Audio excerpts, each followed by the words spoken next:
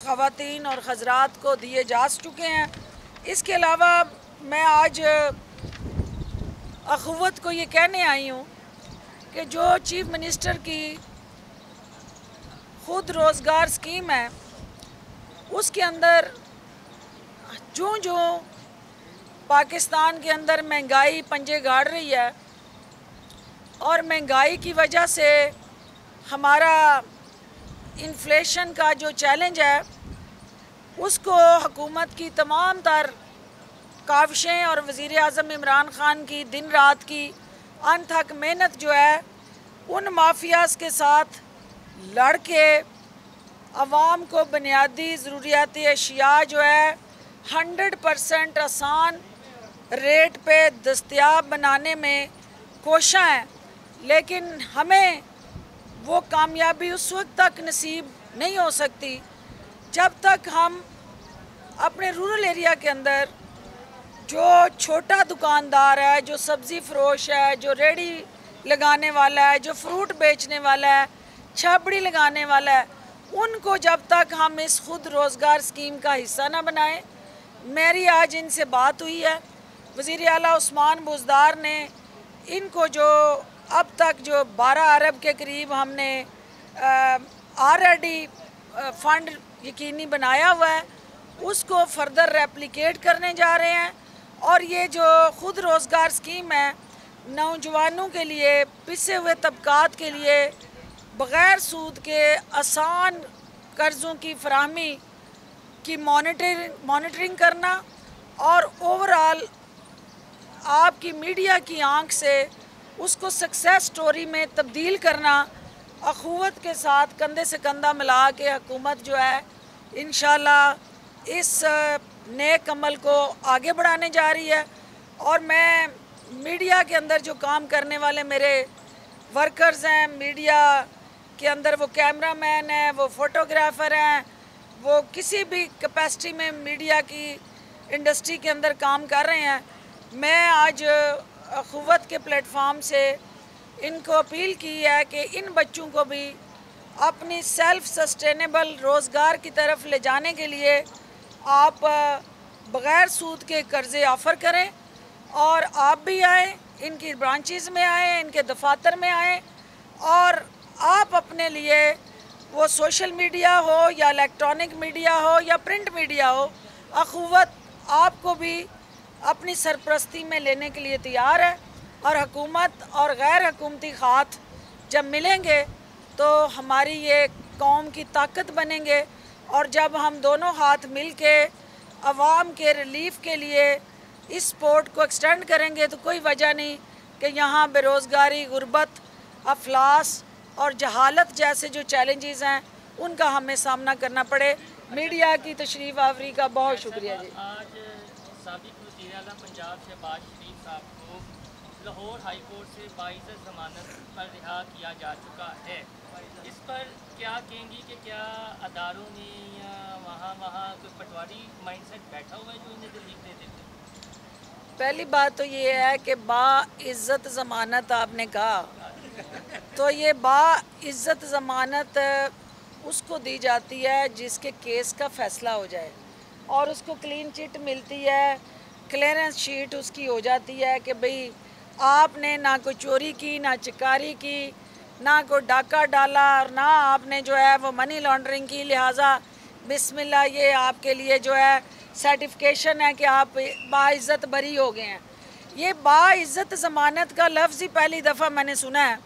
बाइज़्ज़त बरी होना तो अदालती टर्मिनोलॉजी थी, लेकिन बाइज़्ज़त ज़मानत जो है ये शाही ख़ानदान ही ये इस्तिलाह जो है वो राइज कर सकता है, लेकिन किसी भी मुकदमे को उस पर ज़मानत होना वो इस बात की दलील नहीं है कि वो मुकदमा ख़त्म हो गया है या वो इल्ज़ामात गलत साबित हो गए हैं या जो उसके साथ जुड़ा एक नैब का नैरेटिव था वो झूठा साबित हो गया है। ये कनीज़ों और दरबारियों की बगलें बजाना जो है ये एक वतीरा है और आपको भी पता है कि हमेशा इन्होंने हर ज़मानत के बाद उछल कूद की और ऐसा नैरेटिव दिया कि जैसे मुकदमा ख़त्म हो गया। मुकदमात जो हैं वो सबूत के साथ,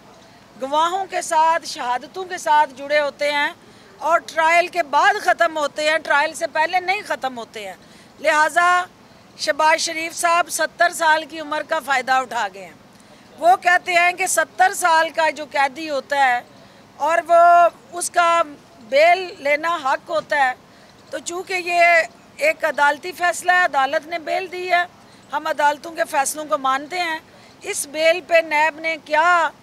लाए अमल इख्तियार करना है, इसके ख़िलाफ़ अपील में जाना है, क्या करना है, ये उनका इस्तेहक़ाक़ है। मैं सिर्फ़ ये कहना चाहती हूँ कि हमारे यहाँ इस वक्त जो है वो जो चैलेंजेस इस हुकूमत को दरपेश है, सबसे बड़ा चैलेंज हमारे सामने प्रोसिक्यूशन का है। और वीक प्रोसिक्यूशन जो है उसका ताकतवर मुल्ज़म फ़ायदा उठाता है। एक तरफ जो है वो 50,000 वाला वकील खड़ा होता है और दूसरी तरफ 50 करोड़ की जो है वो फ़िल्म चल रही होती है। तो जो 50 करोड़ वाला वकील है और फेस वैल्यू रखने वाला वकील है, वो किस तरह अपने मुल्ज़म के लिए रिलीफ लेता है, ये आप सब की कोशिशों से, मीडिया की ताकत से इंशाल्लाह हुकूमत प्रोसिक्यूशन, इन्वेस्टिगेशन और ओवरऑल जो अदालती प्रोसीजर में रिफॉर्म्स हैं उसको लाने के लिए पुरज़म है। और ministry law and parliamentary affairs जो है इस हवाले से काम भी कर रही है। और इंशाल्लाह इस तरह के मुल्ज़मान जो विक्ट्री के निशान बनाते हुए अदालतों से बरी हो के गले में फूलों के हार डलवा के तो मक्का मदीना से हज करते हुए अपनी तस्वीरें छुपवाते हैं, उस निज़ाम से हम लड़ रहे हैं, उस निज़ाम के ख़िलाफ़ जद्दोजहद कर रहे हैं। और अकेला इमरान खान जो है वो सारे इदारों के हिस्से का काम नहीं कर सकता। इमरान खान का काम है मुल्ज़म की निशानदेही करना, मुल्ज़म को जो है उसके केस के साथ जुड़े हक़ाइक़ इकट्ठे करना। बाकी अदालतों का काम है उन्हें सज़ाएं देना या उनको बरी करना। हम अपने हिस्से का काम कर रहे हैं, हम चाहेंगे कि हर इदारा अपने अपने हिस्से का काम करे।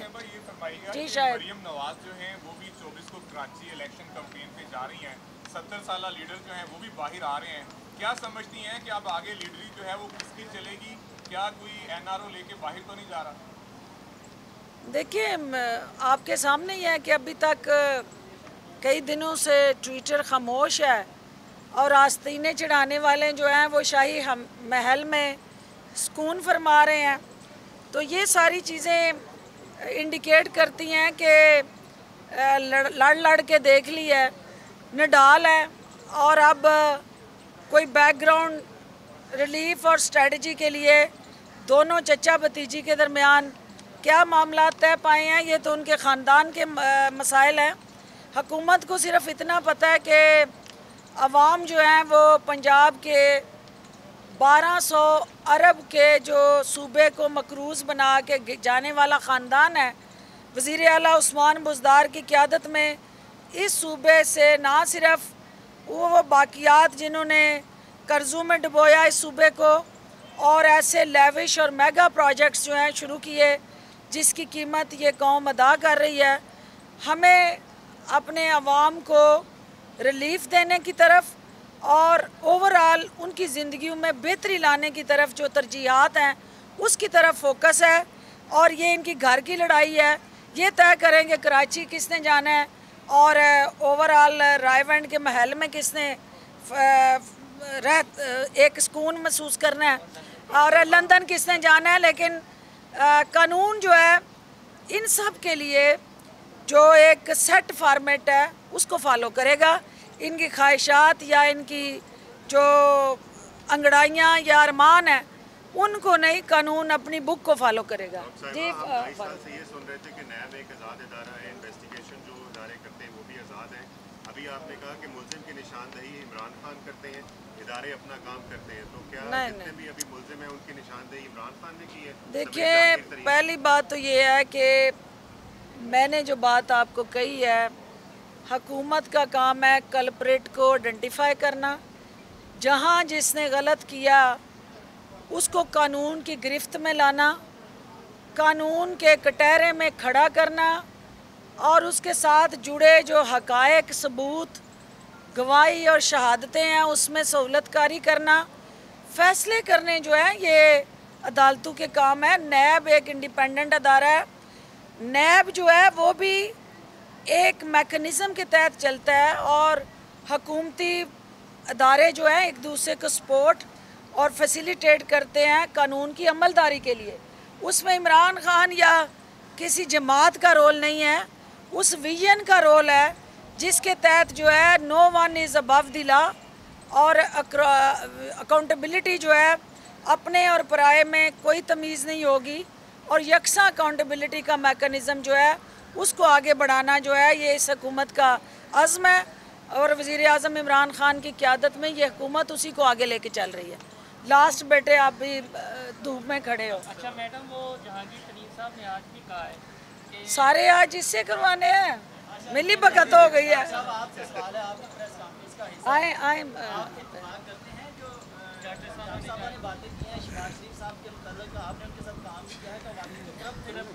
मैं तो भाई गैर सरकारी आदमी हूँ, जो हुकूमत के हम तो जिस भी हुकूमत होती है वो वसाइल अवाम के हैं, तो हमारा सियासत से कोई तल्लुक़ नहीं है। यस। अभी मैडम ने कहा कि ये तो पूरे पाकिस्तान के लिए स्कीम है, हाँ। अक्रॉस दी डिवाइड, हर गरीब आदमी से मोहब्बत है ना, ये नहीं कि गरीब आदमी किसको वोट देता है। तो जो हुकूमत गैर सियासी बुनियादों पर रियासत मदीना का जो तस्वर पेश किया गया है उसमें ज़ात, बरादरी, फ़िका, मज़हब, सियासत की तखसीस नहीं है। डॉक्टर साहब, मेरा ये ख्याल है वो फ्रेम किसी और अंदाज में करना चाह रहे थे क्वेश्चन को, वो ये पूछना चाह रहे थे